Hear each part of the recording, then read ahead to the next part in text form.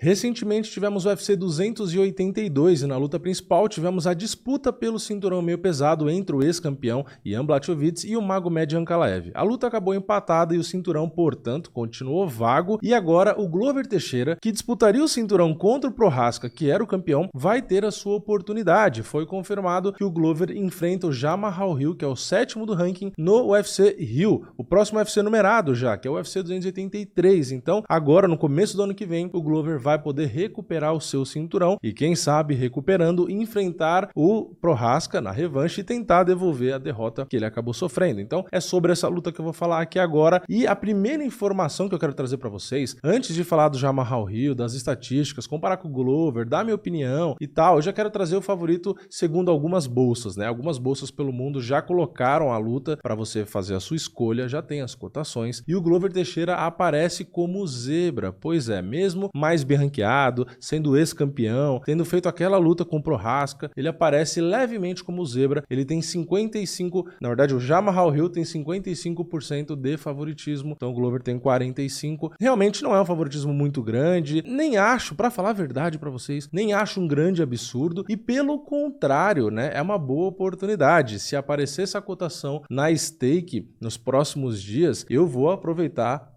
Não quero influenciar ninguém, né? Mas eu devo aproveitar e usar ali um troco para fazer uma aposta no Glover se ele aparecer como zebra. Não tô dizendo que a luta vai ser fácil nem nada. Tô acostumado a errar palpite, sim, e perder dinheiro e também ganhar dinheiro, né? Vocês sabem que com o Poatan eu fiz uma grana ali, R$2.600, acho. Mas, enfim, vamos ver se continua assim. Mesmo se o Glover ficar favorito e leve, às vezes a cotação também vale a pena. Enfim, vamos ver o que acontece. Aliás, se você ainda não tem a sua conta na stake, aproveitando, né? Clica aqui no comentário fixado e abre lá a sua conta e, enfim, é isso aí. Quando sair a cotação, você aproveita. Tem o UFC esse final de semana, tem o jogo da Copa do Mundo ainda também aparece lá na stake. Você pode fazer várias coisas por lá. Então vamos lá falar sobre os dois, né? Por que as bolsas colocam um favorito? Por que eu acho? Será que as estatísticas fundamentam alguma coisa do tipo e tal? Eu dou muito valor para a estatística. Muitas pessoas não dão, né? Falam, não serve para nada. Estatística não ganha luta. De fato, estatística não ganha luta, né? Mas é algo que você pode ali se apoiar. Já que todo esporte de combate é muito subjetivo, é bom a gente pegar a realidade um pouco, né? Ver os números ajudam, né? Eu, particularmente, me apoio bastante e acabo acertando mais do que errando os palpites, né? Então, eu acho que é sim uma grande ajuda. Então, vamos lá. Começando pelo cartel dos dois, a experiência, né? O Glover tem a experiência totalmente a favor dele, né? Ele tem 33 vitórias na carreira, 8 derrotas,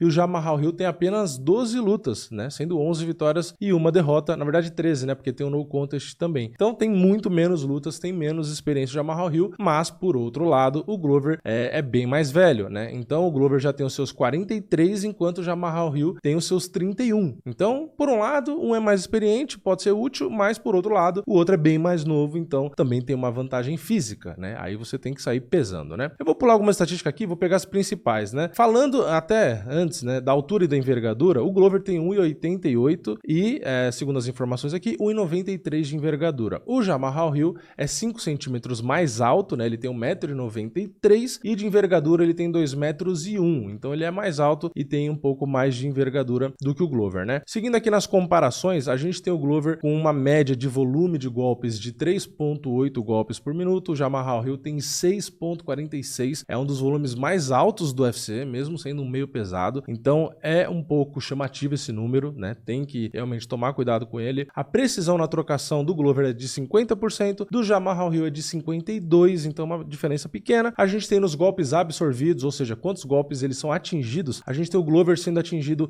em 3,93 golpes por minuto em média, ou seja, o Glover recebe mais golpes do que ele aplica. É pouca diferença, mas é a realidade atual. E o Jamahal Hill é atingido em 3,51 golpes, que é menos do que o Glover. Lembrando que o importante é o saldo, né? Então o Jamahal Hill conecta 6,46, que é bem mais que os 3,8 do Glover, e toma menos, ele toma 3,5, enquanto o Glover 3,9, né? Lembrando que o Jamahal Hill é mais um cara da trocação também, enquanto o Glover é um cara completo, né? O Glover é excelente em todas as áreas, né? Na defesa dos golpes em pé, a gente tem o Glover com um número superior, ele tem 52% contra 45% do Jamahal Hill. Indo ali pro grappling, aí a gente tem o Glover com vantagem nos números, né? Ele tem a média de quedas de 2,2 quedas a cada 15 minutos. O Jamahal Hill tem 0, porque ele nem tenta queda, né? A gente tem a precisão das quedas do Glover de 37%. Não é uma precisão muito alta, mas tá na média ali, né? Então, para caras como o Jamahal Hill, pode ser suficiente, né? Porque não é um grande defensor de quedas, o Jamahal Hill. E aí que pode estar o ponto da luta. A gente tem a defesa de quedas do Glover em 60% e a defesa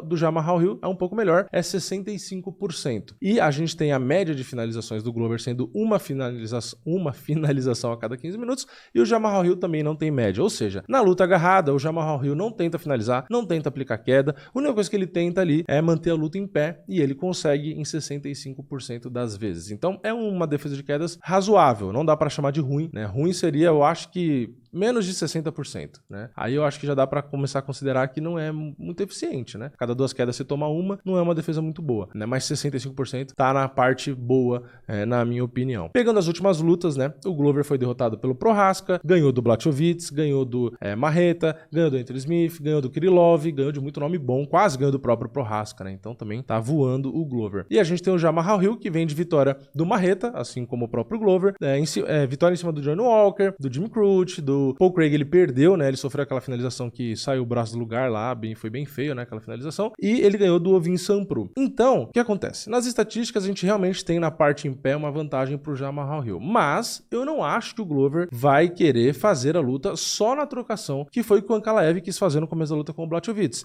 Eu acho que o Glover tem condições, sim, de trocar com o Jamahal Hill, assim como teve de trocar em certos momentos com o Prohaska, mas não deixa de ser arriscado, né? Eu acho que a trocação com esses caras, que mais trocam do que outra coisa, acaba sendo arriscado, né? Então, o Glover pode ganhar a luta na trocação, pode nocautear, ele tem golpes pesados e tal, mas não é o caminho mais fácil. E quando vale cinturão, a gente sempre tem que repetir a mesma coisa. O ideal é ir no caminho mais fácil, o caminho que tem menor resistência. Então, o Jamahal Hill não é um cara que defende com excelência as quedas. Com excelência, eu diria que é aquele cara que defende 80, 90, às vezes 100% das quedas. Então, na teoria, não é um cara tão difícil de colocar para baixo. Porém, qual é o problema, né? Se você pensa, bom, se ele só defende 65% e o Glover é bom nas quedas, logo o Glover é favorito. Não é tão simples. Por quê? Porque nessa luta o Jamahal Hill vai focado na defesa das quedas, que é diferente. Porque se você for pensar e pegar nas estatísticas do Jamahal Hill, quando ele enfrentou o Marreta, ele tomou 6 quedas. E você vai pensar, porra, o Marreta derrubou 6 vezes. O Glover vai derrubar 18 milhões, né? Porque o Glover derruba melhor do que o Marreta. Só que não é bem assim, porque o Marreta não é um cara que tem as quedas no jogo dele. Então o Jamahal Hill não focou no camp, não focou nem na luta, na defesa das quedas. Ele foi pego de surpresa. E contra o Glover, ele até já deu entrevista sabendo que ele tem que ficar de pé, que é o óbvio. Então ele vai preparado para isso, ele vai treinar para isso, ele vai fazer o possível para manter a luta em pé. Então é meio que claro que ele tem que manter a luta em pé. Aí que o Glover pode aproveitar para conectar um golpe ou outro, né? Porque o Jamahal Hill vai prestar mais atenção na queda e a gente sabe, né? Ou você presta atenção na trocação ou na defesa de queda. Se você não consegue prestar atenção 100% nas duas coisas, então em algum lugar você vai abrir buraco, né? E aí que pode surgir a oportunidade para o Glover. Como a luta depende muito de estratégia e de execução, eu particularmente vou contra as bolsas, tá? Eu vou colocar o favoritismo no Glover Teixeira. Eu acredito sim que ele tem, como eu acabei de falar, inteligência, QI de luta, estratégia, execução, armas no arsenal maior, muito maior. Então, de fato, eu acredito que o Glover tem condições e entra como um leve, eu vou deixar aqui, né, bem claro, leve favorito. Não acho que é um grande favorito, mesmo sendo o 7º do ranking e tal. Não acho que é um grande favorito. No máximo, eu dou 60-40 pro Glover. Não acho que é mais do que isso, porque o Jamahal Hill é extremamente perigoso. O cara nocauteou nas últimas 3 lutas dele, né? As 3 últimas vitórias dele, que foram nas últimas 3 lutas, ele nocauteou em todas e ele ganhou prêmio em todas. Na última foi a luta da noite, nas 2 anteriores foram bônus de performance. E se você volta ali pra trás, o Ovin Sampru, ele também nocauteou. Você vai pegar lá na primeira luta, lá no Contender Series, também nocauteou. Então, assim, é um moleque nocauteador. É um canhoto, também tem esse detalhe, é um cara canhoto, então também traz uma complicação ali. E o Glover sabe disso, porque foi a primeira coisa que ele citou quando ofereceram o Blachowicz, ou o Ankalaev, na verdade, né? E ele falou, o Ankalaev não dá, porque é canhoto, é um estilo diferente. Então, tem essa dificuldade também. Então, não é uma luta fácil. Não deram de bandeja o cinturão pro Glover. Ele vai ter que fazer por merecer, mais uma vez. Mas eu acho que ele tem qualidade, sim, para provar que ele merece, mais uma vez, ser campeão. e quem sabe fazer mais uma luta do ano contra o Prochazka no ano que vem. Já pensou que legal? Prochazka e Glover fizeram a luta do ano em 2022 e podem fazer a luta do ano na revanche em 2023. Seria brilhante. Na minha opinião, o futuro pro Glover perfeito é campeão no Brasil contra o Jamahal Hill, defende o cinturão contra o Prochazka, se bobear fazendo uma luta do ano, e aí ele pode se aposentar, não precisa continuar lá nos 45 anos, né, lutando. Então eu acho que seria um final de carreira brilhante e eu acho que ele merece. Mas tem, mais uma vez, uma pedreira pela frente, que é o Jamahal Hill, e a maioria das bolsas já apontam o rival do brasileiro como favorito. Mas é isso, comenta aqui embaixo a sua opinião, seu palpite. Como eu disse, eu discordo levemente das bolsas, tentando deixar a torcida de lado, tá? Vocês sabem que eu não fico aqui, sempre tento, né, não ficar nessa da torcida, mas mesmo ignorando a torcida, eu acho sim que ele é favorito, mas luta perigosa. Quero saber sua opinião, comenta aqui embaixo, se inscreve no canal, ativa o sininho, queria contar na stake, eu vejo vocês na próxima, é nóis, valeu, falou!